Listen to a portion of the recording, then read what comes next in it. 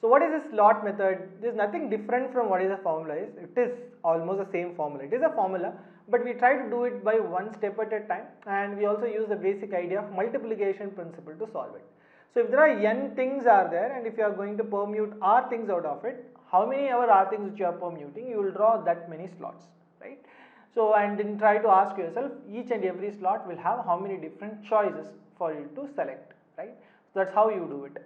So that way you will be able to understand any condition given in the question and address the condition as well.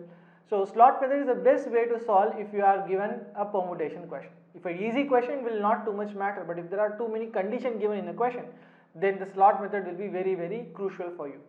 The name slot is not really something called a mathematical strategy, not like that. It is a very simple idea that we are trying to do the entire question one by one. Okay, so let's try to understand this. So for the slot method, you will make empty spaces and fill up the empty spaces one by one, and for each and every space you will ask how many different ways that slot could be filled, right? So that's how it goes. Let's take a small example to understand the same. I have a question and I have put the slot as well. Okay, so let's try to understand this question. 5 chefs are available to cook 3 different meals. Each chef can cook only one meal. In how many different ways could the 5 chefs be assigned to the 3 different meals? The first, it is very important to understand whether it's a permutation question or a combination question, whether order is important or order is not important. If order is important, then it is permutation. Here, is it order important or not? 3 different meals are there. If you want to name something, let's say if you want to name it as biryani, or let's say you want to name it as a Chinese, and let's say any Italian food, right? So 3 different types of meals has to be cooked, and there are 5 chefs to cook it. Each chef can cook only one meal, very important condition. In how many different ways the 5 chefs be assigned to the 3 different meals? Now you see, 5 chefs, if you don't know what is the how to go about it, just give some names to it. Let's say A, B, C, D, E, 5 chefs are there. Now these 5 chefs can cook any of these 3 meals, right? I mean, not necessarily all 5 chefs, no need of all 5 chefs to cook these 3 meals, because only 3 meals are there and there are 5 chefs there. You need any 3 of them. So one way to do it, as I told you, is first you can select out of 5 any 3, then you can arrange it. That's one way you can do it. Or if you are using the slot method, here you go. You need only 3 different meals, right? Let's put it like biryani and Chinese and Italian. Okay. Now to cook the first meal biryani, there are 5 different chefs are available.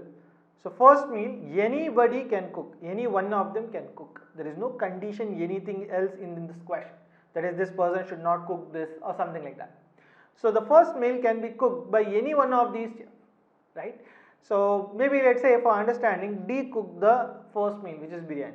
Now second meal, D cannot cook it because you cannot repeat, each chef can cook only one meal. Now Chinese can be cooked by any of the remaining 4 chefs. So into 4. Now moving on, the Italian can be cooked by any of the remaining 3. Maybe let's say Chinese was cooked by person B. Now there are 3 different chefs to cook, right, to Italian meal. There are 3 different choices to cook the Italian meal. There are 3 choices for me to give to any one of the chefs, right? There are 3 different choices. So you just multiply it after the stage, 5 into 4 into 3, just a simple multiplication will leads you to the answer, which is here 5 into 4, 20, 20 into 3, 60. You don't need to do any further calculation, pretty much you are done. Technically, if you look at it, the formula is 5p3. What is 5p3? 5 factorial divided by 5 minus 3 the whole factorial, which is 120 by 2 factorial, which is of course 60. Okay, or else as I told you, first you can visualize like out of 5 you are choosing any 3 persons. Why you are choosing any 3? Because there are only 3 meals, you need any 3 of them to cook, right? Maybe A, B, C can cook, or A, B, D can cook. In our, maybe let's say we have taken B, D and E. B cook biryani, D cook biryani, B cook Chinese, and let's say E cook Italian. So we have chosen these 3, but it could be any 3, so 5C3. So what is 5C3 calculation? 5 factorial by 5 minus 3 the whole factor, which is 2 factorial into 3 factorial. So divided by extra r factorial there. So 60 divided by 3 factorial, which is of course 10, but this is only the selection. Now the 3 persons which selected, maybe let's say you selected D, B and E. Now these D, B and E definitely has to be arranged, because here the order is very important.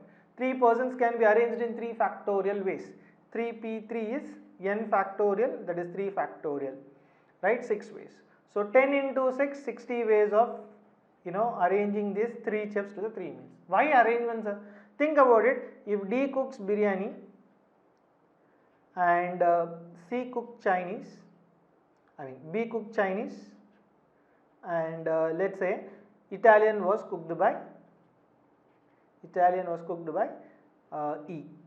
Now if I just swap them, let's say B cook Chinese, D cook B cook biryani and D cook Chinese and E cook Italian. These are different meal and different chefs for the different meal, right? So B, D, same chefs, D, B, E, but the meal was cooked by different chef now. Biryani is now cooked by B, Chinese is cooked by now D. It changes, right? So when it changes, then definitely order is important. Then it is a permutation question. Answer is of course here 60. You can eliminate the answer choices A, B, C and E. Answer is D, 60.